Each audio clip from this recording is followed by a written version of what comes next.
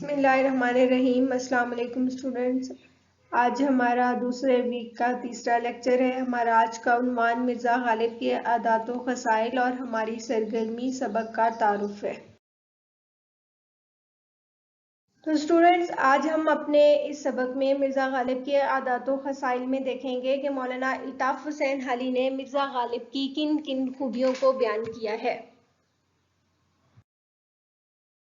पहली खूबी है आला इखलाक के मालिक। मिर्ज़ा गालिब का इखलाक बहुत वसी था। वो बड़े आला इखलाक के मालिक थे और हर शख्स से खुले दिल से मिलते थे और जो कोई शख्स उनसे मिलता उनका गर्विदा हो जाता और उसके दिल में उनसे दोबारा मिलने की ख्वाहिश पैदा हो जाती थी।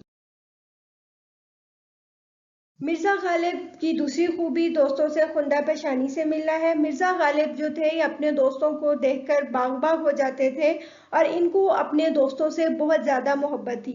जब ये अपने दोस्तों को ख़त लिखते थे तो उनके ख़त के एक एक हर्फ से मेहरो वफा टपकती थी।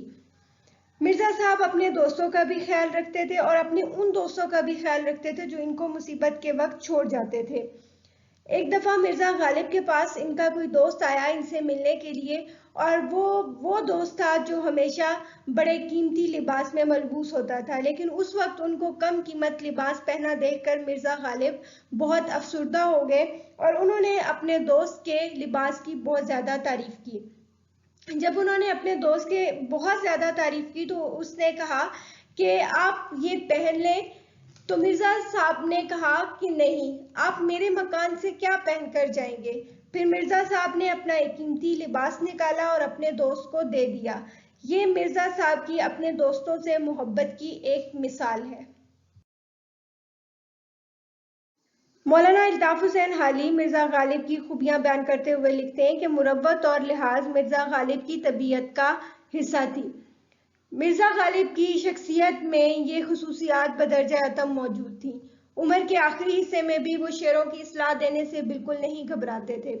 अगरचे मिर्ज़ा गालिब की आमदनी बहुत कम थी मगर उनका हौसला फराख था। उनके पास वसाइल बहुत कम थे लेकिन उसके बावजूद उनके दरवाजे से कभी कोई मोहताज खाली हाथ नहीं गया था।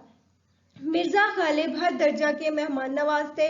गरीबों और मोहताजों की मदद अपनी ताकत से बढ़कर करते थे और यही वो वजूहात थी जिनकी वजह से वो हमेशा तंगदस्त रहते थे। उनका हाथ कभी खुला नहीं होता था। शराफत मिर्ज़ा गालिब के मिजाज का खासा थी।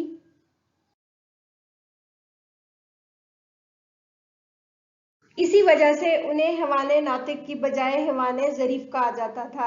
हैवाने नातिक यानी जो बोलने वाला जानवर, इससे मुराद इंसान है, और हैवाने ज़रीफ यानी मज़ा बोलने वाला। तो मिर्ज़ा गालिब की शख्सियत में मज़ा की खसूसियत बहुत ज़्यादा पाई जाती थी और इनका हर लफ्ज़ हर जुमला जो है वो मज़ा से भरपूर होता था।